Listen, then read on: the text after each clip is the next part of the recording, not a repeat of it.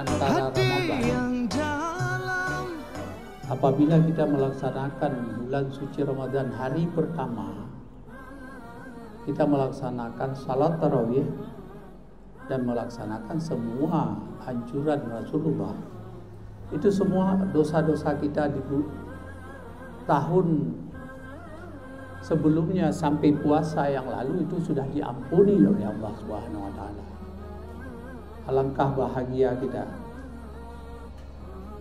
Jadi kita menuju untuk berbulan suci ini, semua dosa-dosa kita sudah diampuni oleh Allah. Walaupun di dalam puasa ini punya 3 tahap. Kita masih di tahap, kalau main bola itu masih tahap penyisihan, masih tahap gugur. Kalau salah-salah kita tidak bisa sampai kepada babak semifinal. Babak semifinal adalah babak pengampunan dosa. Babak pertama babak adalah untuk rahmat, dan yang kita inginkan adalah di babak terakhir itqun minan nar, babak bagaimana kita bisa diampuni dan tidak kena sedikit pun dengan api neraka. Ini yang kita inginkan.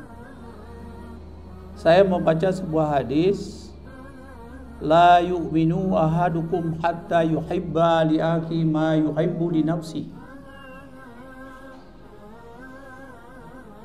Tidak akan sempurna iman kita, apa yang kita lakukan pada siang hari ini, itu apabila kita tidak menyayangi, mengasihi teman-teman kita, saudara-saudara kita seiman. Jangankan kita hujah dia, kita harus mencintai. Yang pertama sekali kita adalah, kalau orang yang sudah berumah tangga, seperti kita sudah punya anak, sudah punya keluarga, itu bagaimana di bulan Ramadan ini kita ciptakan rasa kasih sayang. Rasa kasih sayang, ini maksud hadis Rasulullah. Kasih sayang dengan keluarga kita, dengan istri kita, dengan anak kita, dengan mama kita, dengan ibu kita. Bagaimana kita menciptakan rasa kasih sayang itu? Sudah itu kita perluas dengan tetangga kita. Kadang-kadang semua orang ada, semua rumah tangga ada. Itu antara rumah tangga tetangga itu sering kurang harmonis. Ada masalah-masalah kecil. Apalagi kalau kita tinggal di komplek. Itu bagaimana kalau memang dia tidak mengetahui, kita yang datangi mereka. Menjelang bulan Ramadan kita minta maaf. Dan kita memberikan, walaupun dia sudah maki-maki kita kasih sesuatu. Ada kelebihan-kelebihan kita berikan kepada tetangga kita secara ikhlas. Tapi jangan mencari nama. Ya, mencari nama kan caleg-caleg yang seperti sekarang ini kan mencari nama. Kasih macam-macam lah. Selesai caleg tidak terpilih, dia agak stres, uangnya sudah habis bagi-bagi sembako kepada masyarakat. Itu bukan kasih sayang, bukan layu bidu ahadukum itu. Kita memberikan ikhlas. Kalau kita berikan tangan kanan, tangan kiri tidak diketahui. Kalau memang ada di antara kita masih dengan tetangga-tetangga kita kurang harmonis, mari kita ciptakan keharmonisan itu. Itu maksud hadis Nabi. Yang ketiga adalah sesama karyawan, sesama di kantor. Jangan sering menciptakan hoa lah di antara sesama di kantor. Sekarang ini kan lagi populer itu. popular hawa. Menyo bahasa Aceh, begitu. Begitu. Bahasa Aceh. Bahasa Aceh kalau ke buha. Nya me tajak abah buha, tadu orang kopi ya bahasa buha mandu. Itu hawa. Jadi di bulan suci Ramadan ini kita kurangi itu. Ataupun dihilangkan sama sekali lah. Kalau memang sempat hari pertama kemarin kurang ini antara sesama kita, saya melalui forum ini saya mohon maaf kalau seandainya saya, sikap saya, tingkah laku saya kurang menyenangkan atau yang menyakiti hati Bapak Ibu di dalam puasa ini. Saya mohon maaf. Menurut saya tidak. Jadi kalau kita ketemu teman, ketemu dia senang, tidak senang, senyum aja. Kenapa? Senyum itu sedekah.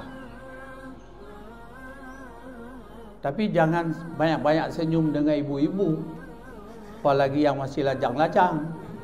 Nasi curiga orang lain. Dia ada apa ini? Mula-mula puasa banyak senyum. Dengan karyawati. Ini kalau ini bisa kita ciptakan, alhamdulillah, kampung, tetangga, negara akan harmonis. Tidak saling menghujat, tidak saling memfitnah. Apalagi sering hoak itu dusta. Walaupun ada hadis Rasulullah itu, riwayat Bukhari, orang yang salat tapi sering banyak hoaknya, banyak dustanya, Allah akan menempatkan dia dalam neraka. Ya, melalui bulan suci inilah mari kita minta ampun. Atau ya kalau tidak sengaja ya kita minta maaf lah pada teman yang kita tidak senangi itu. Jadi apa yang kita lahirkan itulah batiniah kita. Saya ceritakan bagaimana Rasulullah mencintai umatnya, mencintai manusia ini. Saya ada sebuah kisah itu di sudut kota Madinah ada seorang Yahudi buta. Kerjanya Yahudi buta itu apa?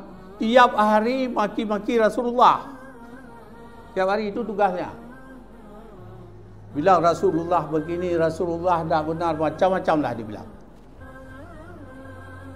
Tapi Rasulullah mendengar makian dia, Yahudi ini. Tiap hari Rasulullah mendatangi Yahudi ini yang ada di sudut kota Madinah. Apa yang dilakukan oleh Rasulullah? Memberi makanan, disuap makanan yang telah istilah dulu kan tak tahu saya apakah pada rasaan Rasulullah sudah ada blender apa enggak. Itu makanan dihaluskan, diberikan supaya dia lebih enak dia makan, dia punya. Tiap pagi Rasulullah datang, di depan Rasulullah dia maki. Dia tidak tahu bahwa yang kasih makanan itu adalah Rasulullah. Besok dilakukan lagi. Pada satu saat Rasulullah kan wafat. Begitu Rasulullah wafat, Yahudi ini menunggu-nunggu, kok tidak ada yang datang membawa makanan, memberikan dan menyuap kepada dia. Setelah itu Abu Bakar pulang menanyakan kepada anaknya, pada istri Rasulullah, apa yang belum saya lakukan yang Rasulullah lakukan? Ditanya, dijawab, Rasulullah setiap pagi datang ke sudut kota Madinah memberi makan Yahudi buta itu. Mulailah Abu Bakar, mulai hari itu dia lakukan apa yang dilakukan oleh Rasulullah, dia lakukan. Dia berikan makanan, dia tidak tahu bagaimana Rasulullah menyuap, bagaimana Rasulullah memberikan makanan kepada dia. Rupanya cara memberikan makanan antara Rasulullah dengan Abu Bakar berbeda jauh. Mungkin Rasulullah caranya halus, macam-macam lah. Tidak dirasakan oleh Yahudi itu. Ditanya, ini siapa yang memberi makanan kepada saya? Yang memberikan makanan ini adalah yang datang tiap hari.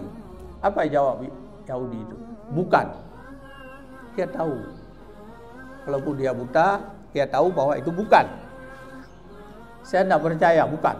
Besok diberikan oleh Abu Bakar lagi. Sehingga ditanya lagi. Karena cara Rasulullah, dia tidak tahu Rasulullah maksudnya. Cara memberikan makanan cukup halus. Dia memuji kita, macam-macam lah dia sampaikan. Akhirnya Abu Bakar mengaku bahwa yang memberi makanan ini bukan Rasulullah. Tapi siapa? Rasulullah telah meninggal, telah wafat beberapa hari yang lalu. Nangislah Yahudi itu. Kenapa dia nangis? Saya pikir Yahudi. Rupanya selama ini tiap hari diberi makanan oleh Rasulullah, tapi dia tetap memaki-maki, macam-macam lah keluar bahasanya. Nangis dia, menyesal. Rupanya yang memberi makanan kepada dia adalah Rasulullah. Sehingga pada hari itu, pada detik itu, dia masuk Islam. Dia mengucap 2 kalimat syahadah untuk masuk Islam. Karena sikap, cara Rasulullah mengayomi manusia. Coba bayangkan kalau kita seperti itu. Kalau ada pemimpin kita seperti itu. Kita maki-maki tapi masih sayang kepada kita. Tapi tidak ada yang seperti itu. Begitu dia tahu bahwa dia dimaki-maki, besok langsung keluar SK pecat. Sekarang bagaimana kita menjadi, walaupun kita tidak mampu melaksanakan sikap Rasulullah, marilah mendekati sikap-sikap yang semacam itu. Jadi Rasulullah mencintai umatnya, mencintai orang di luar agama kita pun mencintai dia. Tidak hanya mencintai kita. Jadi persoalan-persoalan semacam inilah yang perlu kita teladani. Apalagi menjelang 10 akhir. Mari kita bersama-sama di masjid, iktikaf, kita salat malam. Itu kesempatan 10 hari terakhir, itu kesempatan kita salat malam. Karena apa? Rasulullah pada 10 akhir itu ada hadisnya, man kana mutahariha falyatahariha. Jadi Rasulullah pada 10 akhir itu tidak pernah tidur lagi. Membangunkan Aisyah. Dia salat terus menerus. Tak pernah istirahat. Kalau kita kan ada kerja, misalnya kita pagi hari kita kerja, malam hari kita harus beribadah. Maksud saya, teman-teman saya yang bulan Ramadan yang lalu masih bersama-sama, salat Jumat bersama-sama, pergi ke masjid bersama-sama, malah saya jemput. Tapi pada bulan puasa ini, beliau sudah duluan menghadap Allah. Begitu. Tapi dia juga tiap malam 10 akhir itu kalau tidak di masjid Mengketuk, Masjid Oman, ini kan ada di 10 akhir kan, malah disediakan makan. Kalau kita ke sana melapor, dikasih makan sampai salat subuh. Jadi kami di masjid kami juga kami lakukan walaupun tidak banyak orang dan tidak kita sediakan makan. Itulah yang lebih ikhlas sebenarnya. Kalau disedia makan kan ada embel-embelnya, apalagi kalau kita sediakan sedekah. Kalau kita taruh di depan musala ini uang 200 satu orang ya. Untuk tiap malam 10 akhir kita sediakan itu penuh masjid. Disambil diambil uang 200, dapat pahala lagi. Ini yang tidak kita hayati kadang-kadang. Kadang-kadang kalau ada waktu kita datang, kadang-kadang tidak ada waktu tidak kita datang. Tapi alhamdulillah saya sudah beberapa bulan Ramadan yang lalu, maksud yang sudah berlalu, tidak absen satu malam pun. Saya usahakan jangan absen. Jadi marilah untuk bulan suci ini kita juga tidak perlu absen. Kalau memang tidak sanggup bangun jam 3 malam, ya tarawih lah.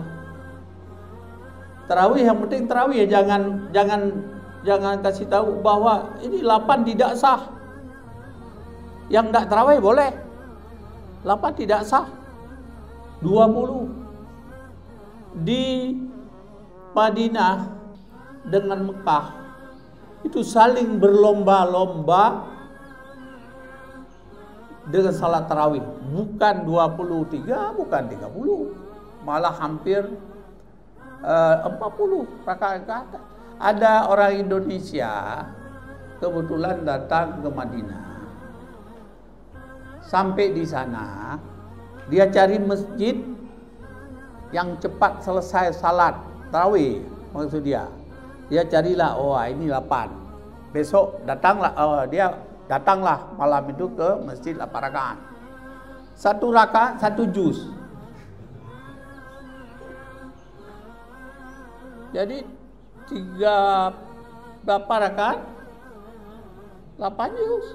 Jadi dia nak sempat makan sahur. Dia bilang, waduh, saya semalam dah makan sahur. Asik sampai subuh, nyambung terus subuh dengan salat tarawih. Jadi kita kan tidak ada di daerah kita ini, belum ada yang semacam itu. Kalau di tempat saya 1 juz 1 malam, bukan 1 juz 1 rakaat. Itu hilang semua orang kalau 1 juz 1 rakaat. Jadi ada 2 ustadz yang hafid yang kita siapkan di masjid itu, hafid 2 orang, berganti-gantilah malam ini dan untuk malam besok misalnya.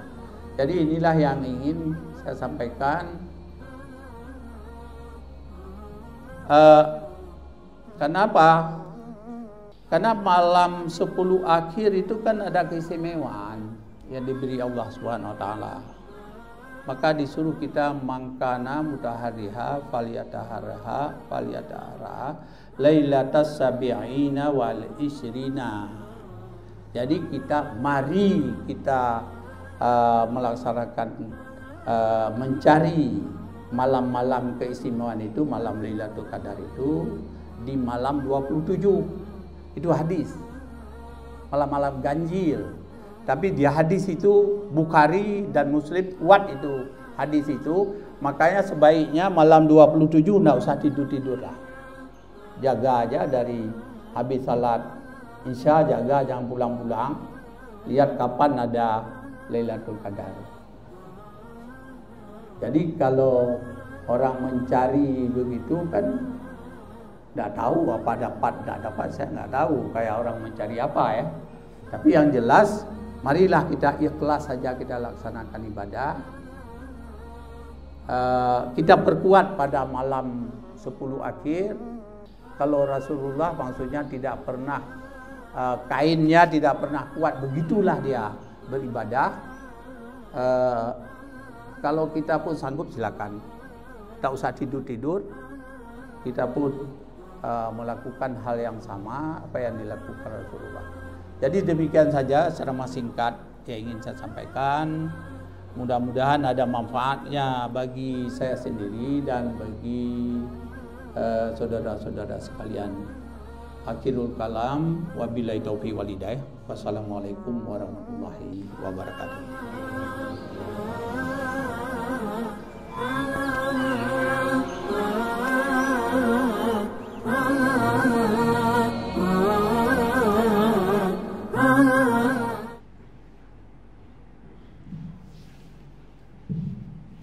Alhamdulillah telah kita dengarkan sama-sama bagaimana pentingnya saling kasih sayang.